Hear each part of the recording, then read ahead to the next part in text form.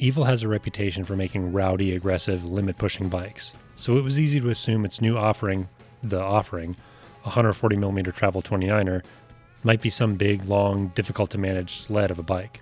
It isn't that at all. Instead, it's an easy-to-ride and balanced trail bike with all the pop, play, and versatility you'd expect from an Evil. What I realized about this bike is it's about playing, not plowing. And this bike is so much more a trail bike than I thought it would be. And I mean, I think I'm kind of guessing that they're gonna sell more of these things with 150 forks than 140 forks. What we tested, it has a 140 fork on it. We tested it in extra low. I tested it in low. You flipped the switches onto the high position. We both tested it on extra low, which is the low setting. And I mean, I was really, really stunned at how like kind of agile the bike was. It felt more like a slightly larger following than a slightly smaller reckoning to me. Yeah. It did, but at the same time, it felt a little more supple, the rear end for the initial stroke. Kind of easier to cruise into the suspension, but still poppy and supportive like we usually think about from Evil bikes and the following MB. This bike, more than any of the other bikes in the test, had that like full-on hover bike effect. You could just stay on the gas through the roughest stuff on the course and it would just disappear, all of it. Yeah. Really noticeable climbing too. You could stand up and it wouldn't dive into its suspension. Yeah, and it doesn't also, like get boggy and like saggy. And you wouldn't lose any of your traction either, and you didn't really have to adjust your rider weight or your kind of body English front to back. You just stood up, had traction, and it wouldn't get hung up on the rocks. They haven't had the steepest of seat angles. I mean, it's like they've been relatively contemporary, but this one is a little bit steeper than their other bikes. Yeah, and it's something I noticed. Like, even when seated, I felt perfectly balanced on the bike, and on the climbs as well. It's also a traditional 51mm offset fork, so that makes the front end easier to control, I think, both on climbs and descents when you're cornering. It'll require less of a weight shift compared to the SB bikes or Transitions bikes or even the Fazari that we rode on the same day. And it also makes it at really slow speeds easy to make a last-minute line choice or maneuver. The front feels light. You can put it right where you want. We tested the 140. It is also set up to be able to take 150mm fork. Yeah.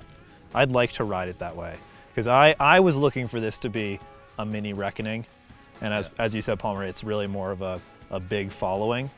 And I think that this bike deserves to be over forked because I think the pike that this bike came with was struggling to keep up with the rear end. Evil plans on offering different fork travel options in its build kits by late 2019. But for now, over-forking will need to be done by our local shop. What Evil does offer for those looking for something closer to a reckoning is a push 11.6 coil shock upgrade. I kind of tended to like the following more than I liked the reckoning. And so I was kind of looking for a slightly bigger following. And to me, like going with the offering over a following MB, like is an obvious choice. I don't think you lose anything. There's zero downside to going from the 120 bike up to this 140. I totally agree.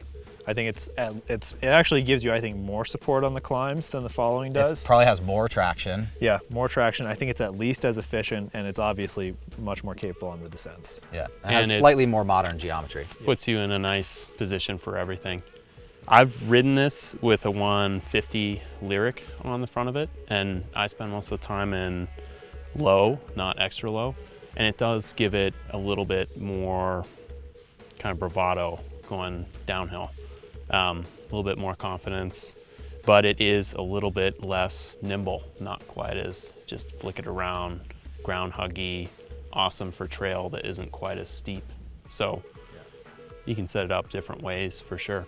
I think that this is one of the most like agile, playful 140 bikes, 140 29ers I've ridden. I mean, it really does like to dance around. It changes direction super easily. Yeah, it rips corners. Rips corners. Yeah. And just feels effortless pedaling, especially uphill through rocky stuff.